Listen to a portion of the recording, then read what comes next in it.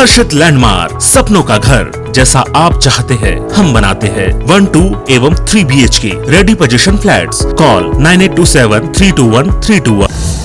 प्रधानमंत्री नरेंद्र मोदी एक बार फिर से दुनिया के सबसे लोकप्रिय नेता चुने गए हैं। अमेरिकी data intelligence firm the morning consultant के सर्वे के मुताबिक पीएम मोदी ने दुनिया के 13 राष्ट्र प्रमुखों को पीछे छोड़ दिया। मोदी की अप्रूवल रेटिंग 70% है। इस बार के सर्वे में अमेरिकी राष्ट्रपति 5वें, 6वें और ब्रिटिश प्रधानमंत्री 8वें से 2 स्थान फिसलकर 10वें स्थान पर पहुंच गए।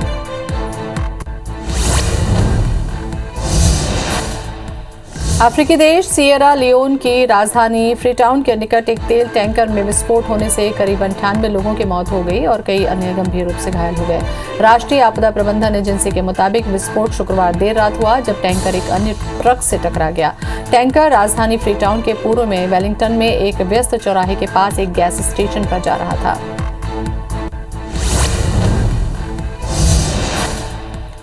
देश में वैक्सीनेशन का काम तेजी से आगे बढ़ रहा है। देश में वैक्सीनेशन का आंकड़ा 108 करोड़ के पार पहुंच गया, जिसमें 74 करोड़ 10 लाख से ज्यादा लोगों को पहला डोज और 34 करोड़ 15 लाख से ज्यादा लोगों को दोनों डोज लग चुका है। वहीं मध्य प्रदेश में 7 करोड़ 15 लाख और छत्तीसगढ़ में 2 करोड़ 24 लाख लोगों ने कोरोना की वैक्सीन लगवा ली है।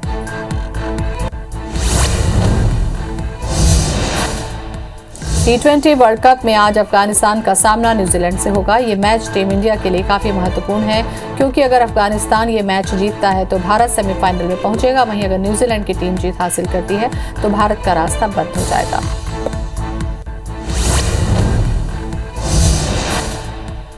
राजधानी रायपुर में बढ़ती चाकूबाजी की घटना से पुलिसिंग व्यवस्था पर सवाल खड़ा हो रहा है। शनिवार रात आजाद चौक इलाके में हिस्ट्री शीटर बदमाश ने 2 भाइयों पर चाकू से हमला करके घायल कर दिया। बता दें कि राजधानी रायपुर में त्योहारी सीजन के 5 दिनों में 8 बड़ी चाकूबाजी की वारदात सामने आई, जिसमें 2 की मौत और 10 पीड़ित गंभीर रूप से घायल हुए हैं। प्रधानमंत्री नरेंद्र मोदी एक बार फिर से दुनिया के सबसे लोकप्रिय नेता चुने गए हैं। अमेरिकी data intelligence firm the morning consult के सर्वे के मुताबिक पीएम मोदी ने दुनिया के 13 राष्ट्र प्रमुखों को पीछे छोड़ दिया। मोदी की अप्रूवल रेटिंग 70% है। इस बार के सर्वे में अमेरिकी राष्ट्रपति 5वें से 6वें, ब्रिटिश प्रधानमंत्री 8वें से 2 स्थान फिसलकर 10वें स्थान पर पहुंच गए।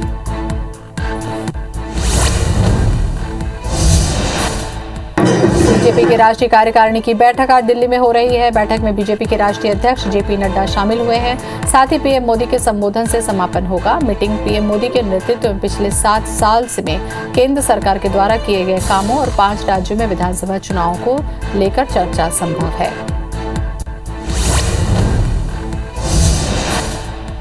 अफ्रीकी देश सिएरा लियोन की राजधानी फ्रीटाउन के निकट एक तेल टैंकर में विस्फोट होने से करीब 98 लोगों की मौत हो गई और कई अन्य गंभीर रूप से घायल हो गए। राष्ट्रीय आपदा प्रबंधन एजेंसी के मुताबिक विस्फोट शुक्रवार देर रात हुआ जब टैंकर एक अन्य ट्रक से टकरा गया। टैंकर राजधानी फ्रीटाउन के पूर्व में वेलिंगटन में एक व्यस्त चौराहे के पास एक गैस स्टेशन पर जा रहा था।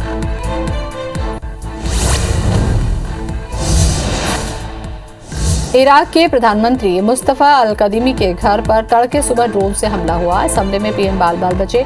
इराकी सेना ने बताया कि आज सुबह बगदाद स्थित पीएम आवास को निशाना बनाकर विस्फोटकों से लदे एक ड्रोन से हमला किया गया। बता दें कि इस हमले से प्रधानमंत्री की सुरक्षा में तैनात 6 लोग घायल हो गए।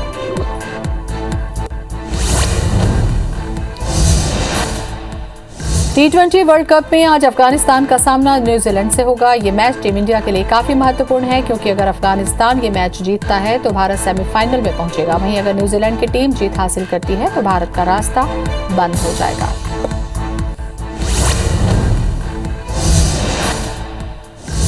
हिंद महासागर क्षेत्र में आतंकी और दूसरे गैर पारंपरिक खतरों से निपटने के लिए भारतीय नौसेना आज से 3 दिवसीय गोवा मैरीटाइम कॉन्क्लेव का आयोजन करने जा रही है। इस अंतर्राष्ट्रीय सम्मेलन में इंडियन ओशियन रीजन के 12 देशों के नौसेना प्रमुख हिस्सा लेने जा रहे हैं।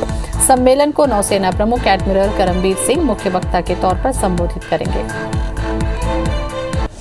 इराक के प्रधानमंत्री मुस्तफा अल कदीमी के घर पर तड़के सुबह ड्रोन से हमला हुआ। इस हमले में पीएम बाल बाल बचे। इराकी सेना ने बताया कि आज सुबह बगदाद स्थित पीएम आवास को निशाना बनाकर विस्फोटकों से लदे एक ड्रोन से हमला किया गया। बता दें कि इस हमले से प्रधानमंत्री की सुरक्षा में तैनात 6 लोग घायल हो गए।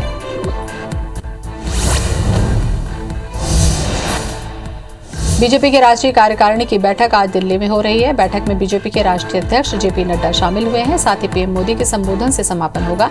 मीटिंग पीएम मोदी के नेतृत्व में पिछले 7 साल से केंद्र सरकार के द्वारा किए गए कामों और 5 राज्यों में विधानसभा चुनाव को लेकर चर्चा संभव है।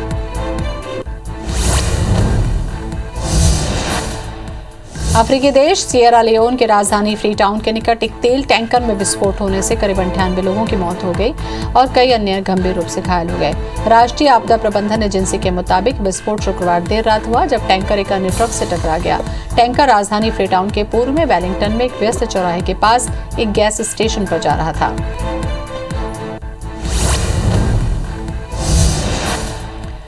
प्रधानमंत्री नरेंद्र मोदी एक बार फिर से दुनिया के सबसे लोकप्रिय नेता चुने गए हैं। अमेरिकी data intelligence firm the morning consult के सर्वे के मुताबिक पीएम मोदी ने दुनिया के 13 राष्ट्र प्रमुखों को पीछे छोड़ दिया। मोदी की अप्रूवल रेटिंग 70% है। इस बार के सर्वे में अमेरिकी राष्ट्रपति 5वें से 6वें, ब्रिटिश प्रधानमंत्री 8वें से 10वें स्थान से फिसल गए हैं। T20 वर्ल्ड कप में आज अफगानिस्तान का सामना न्यूजीलैंड से होगा। ये मैच टीम इंडिया के लिए काफी महत्वपूर्ण है, क्योंकि अगर अफगानिस्तान ये मैच जीतता है तो भारत सेमीफाइनल में पहुंचेगा। वहीं अगर न्यूजीलैंड की टीम जीत हासिल करती है तो भारत का रास्ता बंद हो जाएगा।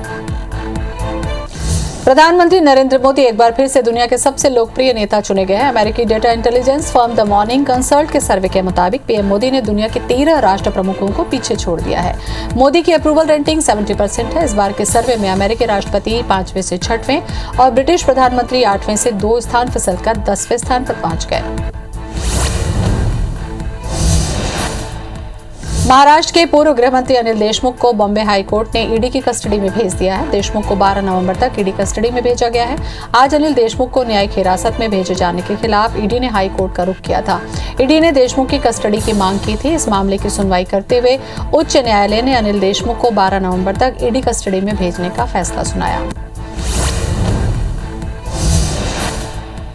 अफ्रीकी देश सिएरा लियोन की राजधानी फ्रीटाउन के निकट एक तेल टैंकर में विस्फोट होने से करीब 98 लोगों की मौत हो गई और कई अन्य गंभीर रूप से घायल हो गए। राष्ट्रीय आपदा प्रबंधन एजेंसी के मुताबिक विस्फोट शुक्रवार देर रात हुआ, जब टैंकर एक अन्य ट्रक से टकरा गया।